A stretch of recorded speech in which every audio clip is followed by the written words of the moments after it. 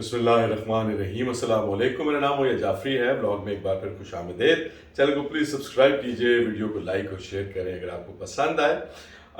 صدرحال کے الیکشن کے اوپر بات چیت کریں گے، کیا ہو رہا ہے، کیا بنا ہے، ہوا کیا تھا، خیر اس کے اوپر بات چیت کو مختصر لیکن بڑی خبر جو ہے عمران خان کی رہائی کے حوالے سے جو ہے اس کی ایک شنید ملی ہے کہ کہاں تک بات پہنچی ہے اور آگے آسانیاں ہیں، مشکلات ہیں، کیا سچویشن ہے، اس کے بارے میں آپ کو بتائیں گے۔ مگر اس سب سے پہلے آپ کے ساتھ ذکر کریں گے بھارت کا، جو کہ اس وقت اپیرنٹلی انٹرنیشنل ڈیپ واٹرز اور ہاٹ واٹرز میں ہے۔ Thank you so much for staying with us. We have some breaking news that's now coming in. This is to do with the G7 summit that is being hosted by Canada. Prime Minister Modi is unlikely to attend that meeting, which is the first in the last 5 years. So till now there has not been any invite extended by Canada. جہاں پر اس کو operation sindoor کے لیے کسی major یا minor بھی ملک کے ساتھ کوئی سینرجی نہیں ملی، کسی نے ان کی اس طرح سے سپورٹ نہیں کی جس طرح سے پاکستان کے ساتھ پاکستان کی جو دوست ممالک ہیں ان کی سپورٹ تھی، مگر اس کے ساتھ ساتھ بہت بڑا جھٹکا بھارت کو اب اس وقت ایسے لگا ہے کہ G7 جو کہ دنیا کی 6 جسے کہتے ہیں سب سے بڑی اکانومیز ہیں ان کا اجلاس ہوا کرتا ہے، اس میں اس دفعہ بھارت کو بلایا ہی نہیں گیا۔ یہ کیا ہوا ہے، کیوں ہوا ہے، اور بھارت اس سبکی کا کیسے مقابلہ کر رہا ہے، اس شرمندگی کے ساتھ ڈیل کیسے کر رہے ہیں نریندر موڈی، اس کو آپ کو بتائیں گے۔ اور جاتے جاتے آپ کے ساتھ اگر وقت ملا تو یہ بتائیں گے کہ یوکرین نے جو حملہ کیا ہے پوری دنیا کے اندر، جیسے کہ جنگ جو ہے، میں آپ کو آج سے نہیں پتا نہیں کتنی دیر پہلے آپ کو بتایا تھا کہ یہ ساری ڈرون وار کی گیم ہے، اور انہوں نے یوکرین نے جو روس کے اوپر اٹیک ابھی ریسنٹلی کل کیا ہے اس کے نتیجے میں اب یہ خوف پڑ گیا ہے کہ کہیں جو رشیا ہے، روس ہے، وہ یوکرین کے اوپر کوئی نیوکلیئر اٹیک نہ کر دے، کیونکہ رشیا کے جو سب سے مہنگے بمبار طیارے ہیں جو کہ نیوکلیئر بم گرانے کے لیے بھی استعمال کیے جاتے ہیں، ان کا بیڑا غرق، ان کو تباہ کیا ہے انتہائی سستے ڈرونز کے ساتھ۔ وہ سب کیا ہوا ہے وہ آپ کے ساتھ شیئر کریں گے اگر وقت بچے گا۔ شروع کر لیتے ہیں صدرحال الیکشن سے۔ صدرحال الیکشن جو ہے اس کے حوالے سے کہیں سے ہمیں کوئی بہت زبردست سوائے سرکاری ماؤتھ پیسز کے بہت اچھی خبریں نہیں سننے کو ملی۔ یہ الیکشن ہوا آپ سب کی آنکھوں کے سامنے ہوا، علینا شگری اور بہت سارے جو رپورٹرز ہیں وہ سب کے ساتھ اس کو کافی تنقید کی نگاہ سے دیکھ رہے ہیں، اور دھاندلی جو ہے اس کی شدت کے بارے میں کافی چیخ و پکار ہے۔ میں ہاتھ سے اس وجہ سے رہا ہوں کیونکہ this is terrible but not unexpected, کہ آپ کو ایک طرف آپ یہ کہتے ہیں کہ جب یہ حکومت ابھی آئی بھی نہیں تھی اس وقت جو الیکشن ہوئے تھے وہ اس قدر دھاندلی زدہ تھے کہ ان کے ساتھ تو حکومت میں بیٹھنا، یہ اس حکومت کو لیجیٹیمیٹ ماننا انتہائی فضول بات ہے۔ اور اب وہ حکومت جو ہے وہ لوگ حکومت میں ہیں تو اس کے بعد آپ کیا ایکسپیکٹ کر سکتے ہیں؟ آپ نے عدالتوں میں دیکھ لیا، عدالتوں نے آپ کے ساتھ کیا کیا، آپ کو عدالتوں سے کتنا انصاف ملا، وہ سب کی سب کہانی آنکھوں کے سامنے ہے۔ تو ٹھیک ہے، اس کے اوپر جو ہے وہ احتجاج ہونا چاہیے، یہ حقیقت لوگوں تک پہنچنی چاہیے، but this does not come as a surprise کہ بھی وہاں پر بہت زیادہ دھاندلی ہوئی اور بند کر دیا گیا جو ہے علاقے کو۔ یہ سارا کچھ ایز اے جرنلسٹ میں پہلے بھی دیکھتا آیا ہوں، جب RTS بیٹھا تھا تب بھی دیکھا تھا، جب یہ سسٹم بیٹھا تھا تب بھی دیکھا تھا۔ تو یہ ساری کی ساری کہانی لوگوں کو پولنگ سٹیشنز کے اندر بند کر دینا، پولنگ سٹاف کو، علاقوں کو کارڈن آف کر دینا، بیلٹ سٹفنگ، یہ سب کا سب پاکستان کی تاریخ کا حصہ ہے۔ یہ شاکنگ نہیں ہے، شاکنگ وہ ہوگا جس میں سب رکے گا، اور اس کی وجہ کیا ہوگی؟ یہ وہی سوال ہے کہ یہ رکنے کی وجہ کیا ہوگی، جس سوال کا جواب ابھی تک عمران خان کو نہیں مل سکا، اور اسی کی وجہ سے وہ ابھی تک یہ فگر آؤٹ نہیں کر پا رہے۔ ایک بات ایک خاتون صحافی نے کی ہے، وہ ایسے تو میں ان کو بہت زیادہ پسند نہیں کرتا، ان کی ویوز اکثر مجھے لاب سائڈڈ لگتے ہیں عاصمہ شیرازی کے، مگر انہوں نے ایک بات یہ کی ہے کہ جو کہ میں پہلے 2-3 دن پہلے کہہ چکا ہوں کہ مس کیلکولیشن، وہ بھی اس بات کے ساتھ ایگری کرتی ہے کہ خان صاحب کو شاید اس بات کا اندازہ نہیں ہے کہ پاکستان کی اسٹیبلشمنٹ اس وقت کس قدر کانفیڈنٹ اپنے آپ کو کنسیڈر کرتی ہے۔ پاک بھارت جنگ کے بعد جو عوامی سینٹیمنٹ پاکستان کی فوج کے بارے میں جو ہے اجاگر ہوا ہے، جو ایک خفگی تھی، اس میں کافی زیادہ کمی آئی ہے۔ یہ تو نہیں کہوں گا کہ مکمل طور پر ختم ہو گئی ہے، مگر یہ ہے کہ حقیقت واقعتاً جو ہے وہ تھوڑی سی تبدیل ہوئی ہے فوج کی فیور میں، پاکستان کی اسٹیبلشمنٹ کی فیور میں، اور اس کے بعد یہ اندازہ لگانا کہ کیا سچویشن اور کیا انڈرسٹینڈنگ ہوگی کہ بعد پاکستان تحریک انصاف کے حق میں مذاکرات آگے جائیں، یہ عمران خان سے وہ مشکل ہو رہا ہے۔ ابھی فی الحال نیب سے بھی کچھ نئے کیسز خان صاحب کے حوالے سے جو لیٹسٹ خبر ہے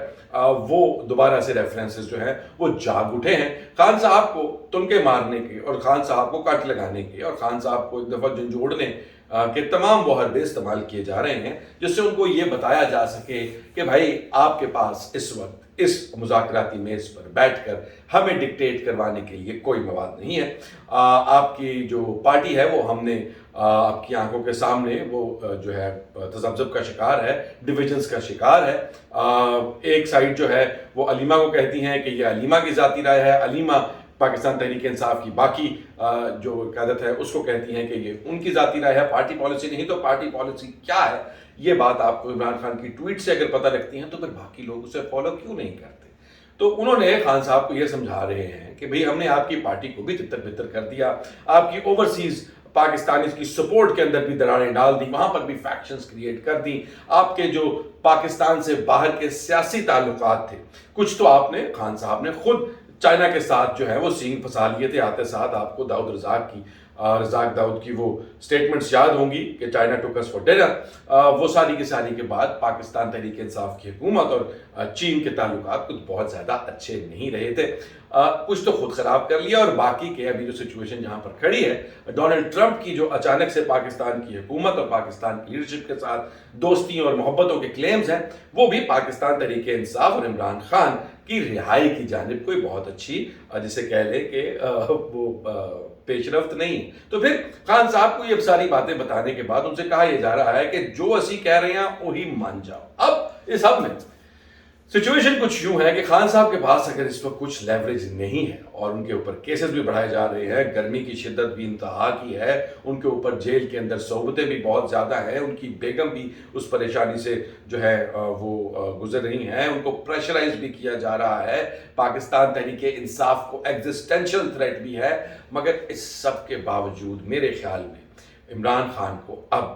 انتظار کی ضرورت ہے۔ ان کو کسی بھی قسم کے کسی بھی جلد باز فیصلے کو لینے سے پہلے اس وقت کو اب واقعتاً جو ہے وہ چپ کر کے گزارنے کی ضرورت ہے جو وہ جیل میں ہے۔ ان کو باہر آنے کے بارے میں فی الحال بھول جانا چاہیے، کیونکہ میرے نزدیک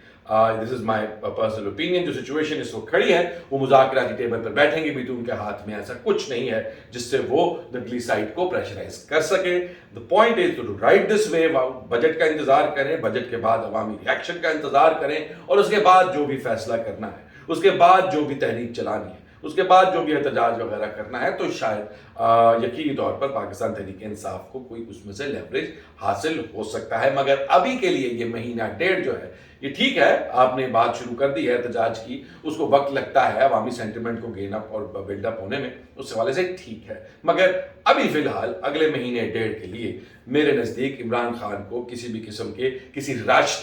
ill informed یا مس انفارمڈ ڈیسیجن کو لینے سے کترانا چاہیے اور احتیاط کے ساتھ اپنا ہاتھ کھیلنا چاہیے۔ اس وقت جو پتے ان کے ہاتھ میں تاش کی بازی ہے، اور اس بازی کے اندر آپ کے پاس کبھی اچھے پتے کبھی برے پتے، مگر راؤنڈ چینج ہوتا ہے، اور اس راؤنڈ میں اگلے راؤنڈ میں کیا پتا کہ آپ کے ہاتھ میں کوئی ترک کا پتا ہو۔ تو اس لیے دس از اے پیشنس گیم، یہاں پر جہاں پر ابھی خان صاحب کھڑے ہیں، he needs to play this out very patiently۔ دوسری جانب جہاں تک امپیشنٹ ہونے کی بات ہے، تو اب بھارت کو امپیشنٹ ہونے کا وقت بھارت کے آ چکا ہے، اور اس کی وجہ کیا ہے کہ امپیشنس اس وجہ سے کیونکہ جہاں بھارت کو اب آہستہ آہستہ گورو آریہ جیسے لوگ بھی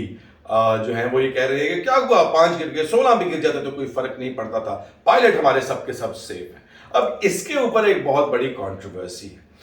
کہ پائلٹ سب کے سب سیف ہے۔ ہو سکتا ہے کہ سب کے سب سیف ہو، مگر جب بھی یہ بات کی جاتی ہے تو اس جو بھی ٹویٹ ہو، جو بھی ویڈیو ہو، جو بھی پوسٹ ہو فیس بک کی، اس کے نیچے پاکستانی 2 سوال کرتے ہیں کہ پہلا سوال یہ ہوتا ہے کہ وہ جو آپ کی فیمیل پائلٹ تھیں شیوانگی سنگھ، وہ کہاں ہیں، ان کی ویئر اباؤٹس بتائیں، اور دوسرا اگر وہ زندہ ہیں تو آپ ان کا تازہ ترین انٹرویو کر کے دکھائیں، کیونکہ پاکستانیوں کے مطابق کوئی ان کی فیمیل پائلٹ جو ہے وہ پاکستان کے حملے کے اندر یا پاکستان کے جوابی وار میں وہ موت کا شکار ہو گئی تھی, مر گئی تھیں, اور اسی وجہ سے بھارت کے پاس ان کی کوئی ریسنٹ فوٹیج یا کوئی ریسنٹ, کیونکہ بھارت کو تو آپ کو پتا ہے شوق ہے کہ بھئی یہ دیکھیں کون سا مشکل ہے, جس طرح رفال کے حوالے سے کہ آپ نے کون سے کو 5 لاکھ رفال خریدے تھے کہ آپ گنوا نہیں سکتے, ویڑے چپڑے کھلارو تو اس بعد بلا لو پوری دنیا نے کچھ یہ کھڑے ہیں رفال کوئی نہیں گرا, گن لیں کتنے لیے تھے اور وہی کے سارے کھڑے. بالکل اسی طرح سے شیوانگی سنگھ کا بھی کوئی جو ہے وہ مشکل کام نہیں ہے کہ جی پاکستان پورا پوچھ رہا ہے کہ شیوانگی سنگھ کہاں ہے, تو آپ اس کا انٹرویو کریں, پیچھے خبریں لگائیں, اسی دن کی BBC کی لگا دیں اور پتہ لگے کہ بھائی یہ آج کی ہے, یہ شیوانگی کو آج کا اخبار پکڑا دیں, وہ بیٹھ کر پڑھ دیں اور سب دیکھ لیں. تو کہانی اس میں بھی جھوٹ کا عنصر اور پریشانی اور شک کا شبہ ہے, مگر یہ بھارت ایک دفعہ پھر نہ صرف بیک فٹ پہ ہے بلکہ کئی قدم پیچھے جا چکا ہے انٹرنیشنل ڈپلومیسی کے اندر بھی, اپنی آرمی کیپیبلٹی کے حوالے سے بھی, اپنی ڈیٹرنس کے فالس نیریٹو کے حساب سے بھی, اور اپنی سپیریورٹی ان وار اگینسٹ پاکستان کے حوالے سے بھی. کافی سال اور کافی عرصہ لگ جائے گا ان کو اب یہاں سے نکلنے کے حوالے سے, اور اس لیے پاکستان کی جو سچویشن ہے جیسا کہ میں نے آپ کو کہا پاکستانی اسٹیبلشمنٹ کی, وہ کافی مضبوط پیروں پر کھڑی ہے. نا گوئنگ آفٹر مطلب آخر جاتے جاتے آپ کو یہ بتا دیں کہ کہیں سستے ڈرونز جو ہیں وہ شپ کیے گئے ڈبوں کے اندر یوکرین میں روس کے اندر سے, اور روس کے اندر پہنچے اور انہوں نے ان ٹرکوں کے اندر وہ ڈبے کھول کے رکھے ہوئے تھے, ایسا کہ اگر آپ ویڈیو میں دیکھ سکتے ہیں. یہاں سے یہ ڈرونز اڑے اور ان ڈرونز نے اڑ کر کروڑوں جو ڈالرز ہے اس کا سامان, اس کے وہ بامبرز جو روس استعمال کرتا ہے, وہ بمبار طیارے جو کہ نیوکلیر بام گرانے کے حوالے سے بھی EU-47 ہے میرا خیال ہے اگر میں غلط نام نہیں لے رہا تو, ان کو تباہی کا نشانہ بنایا. ڈھیر سارے میرے خیال ہے اوور 40 جو ہے وہ بمبار جو ہیں ان کے وہ تباہ ہونے کا کرنے کا کلیم کر رہے ہیں. یہ سب کچھ کس وقت ہو رہا ہے جس وقت ترکی کے اندر استنبول کے اندر روس اور یوکرین کے آپسی آج جو ہے دوسرا راؤنڈ گفتگو کا شروع ہو رہا ہے. تو لیکن جہاں تک رشین ملٹری انٹیلیجنس کی بات ہے, جہاں تک روس کے تھنک ٹینکس کی بات ہے, وہ اس بات کو سسپیکٹ کر رہے ہیں کہ یہ اتنا بڑا اسٹریٹجک نقصان ہے اور اتنی بری سٹرائک ہے روس کے اوپر کہ ہو سکتا ہے کہ روس غصے میں آ کے, ولادیمیر پوٹن غصے میں آ کے کہیں نہ کہیں پر کوئی بڑا قدم نہ لے لیں جس کے اندر کوئی کنٹرولڈ نیوکلیئر سٹرائک بھی اس کو رول آؤٹ نہیں کیا جا سکتا. مگر ایک دفعہ پھر آپ کی آنکھوں کے سامنے مطلب اتنا سوفسٹیکیٹڈ یہ پروگرام تھا, اس طرح سوفسٹیکیٹڈ اٹیک تھا یوکرین کی جانب سے کہ آپ یہ دیکھیں گے یہ فوٹیج جو ہے ود آل ڈیو ریگارڈ, اس میں آپ دیکھتے ہیں کہ اس ٹرک میں جس سے لانچ ہوئے اس میں جب گھسنے کی کوشش کی ایک شخص نے تو اس کے اپنے ٹرک کے اندر ایک سیلف ڈسٹرکٹ میکینزم تھا کہ وہ پورے کا پورا پھٹ گیا. اور وہ خیر اس آدمی کی جو بھی قسمت تھی وہ اس کو اللہ خیر کرے, اب تو کچھ کہہ بھی نہیں سکتے, مگر یہ ہے کہ یہ ٹیکنالوجی جو ہے اس کا انتہا ہے کہ آپ کروڑوں ڈالر لگا کر ایک چیز بناتے ہیں یا خریدتے ہیں اور اس کے بعد اس کو اس سے 100 درجے کم قیمت کی لیکن ہائی ٹیک AI یا آپ کی جو آپ کہہ لیں کہ ان مینڈ ٹیکنالوجی ہے وہ سیٹلائٹ کے ساتھ مل کے اس کروڑوں ڈالرز کو شکست دے رہی ہے. یہ ہے آج کا ماڈرن وار تھیٹر. اس کے اوپر مزید بات کرتے رہیں گے. Let's see where it goes. خیال رکھیے گا, کل ملاقات ہوتی ہے. اللہ حافظ.